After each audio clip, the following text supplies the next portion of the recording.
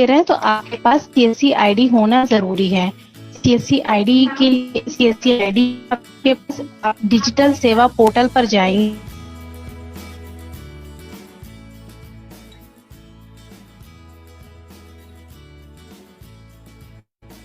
Pan search करने Visit का website option आता है।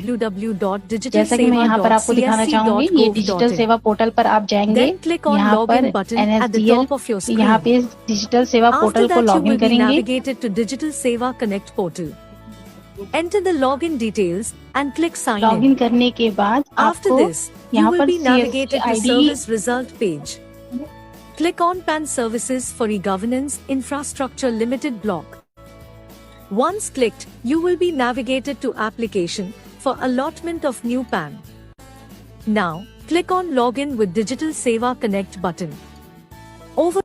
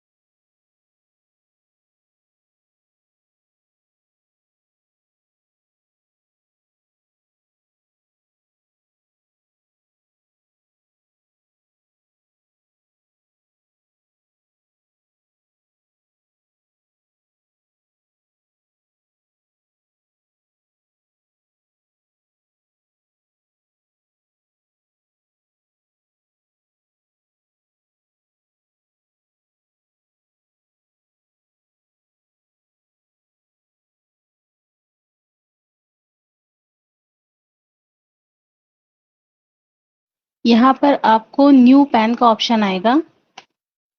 यहाँ पर आप डिटेल डालेंगे, एप्लीकेंट टाइप इंडिविजुअल है, आधार नंबर डालेंगे, सरनेम डालेंगे, लास्ट नेम डालेंगे, डेट ऑफ बर्थ डालेंगे। जितने भी आपके स्टॉक मार्क हैं, ये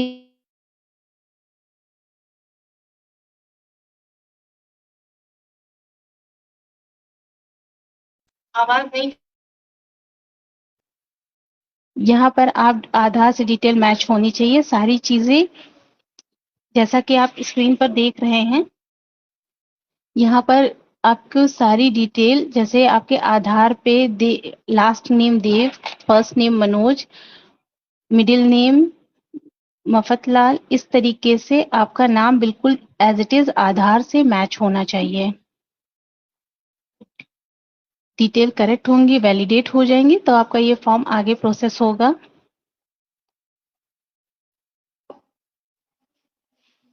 के बाद सारी डिटेल वेरीफाई होने के बाद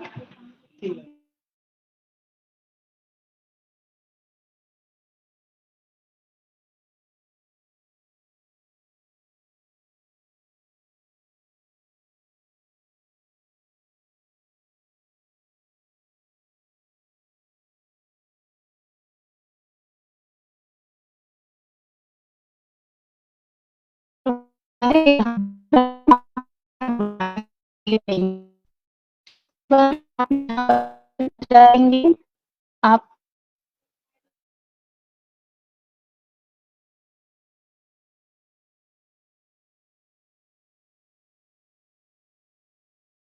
फिल करेंगे। आपको किसी अदर नेम से जाना जाता है तो यस करेंगे, अगर नहीं जाना जाता है तो आप नो पे क्लिक करेंगे। यहाँ पर आप अपनी सारी डिटेल डाल के, फादर्स डिटेल डाल के, री एंटर फादर डिटेल, सारी डिटेल फिल करके आप आगे सबमिट करेंगे। फिर रेजिडेंशियल डिटेल, यहाँ पेरेंटल डिटेल मांगेगा। पेरेंटल डिटेल में आप वो डिटेल डालेंगे, अगर मदर ही सिंगल पेरेंट है तो यहाँ पर मदर की डिटेल डालेंगे, वरना फिर आपसे फादर की डिटेल डालेंगे। मदर की डिटेल डाल के father as a single parent के पर क्लिक करके आप आगे प्रोसेस पे क्लिक करेंगे।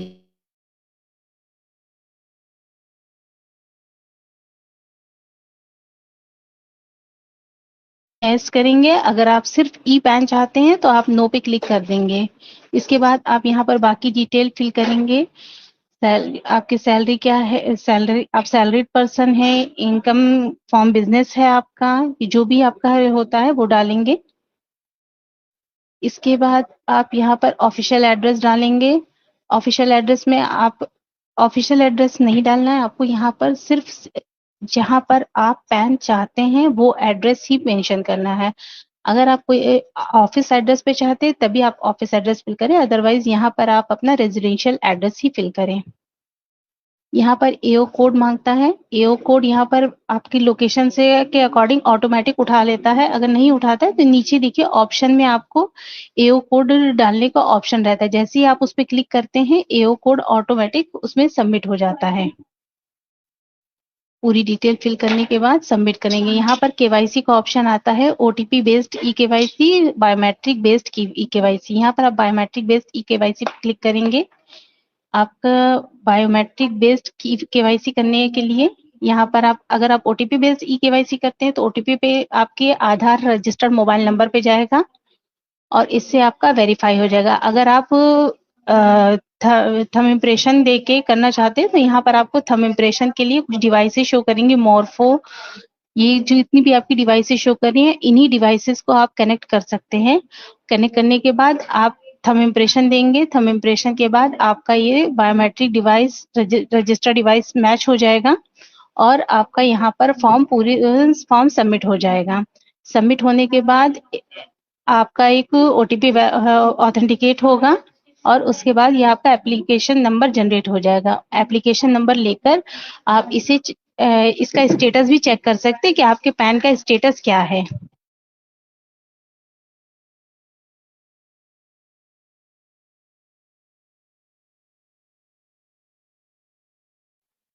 एनएसडीएल के माध्यम से पैन अप्लाई करने का प्रोसेस है।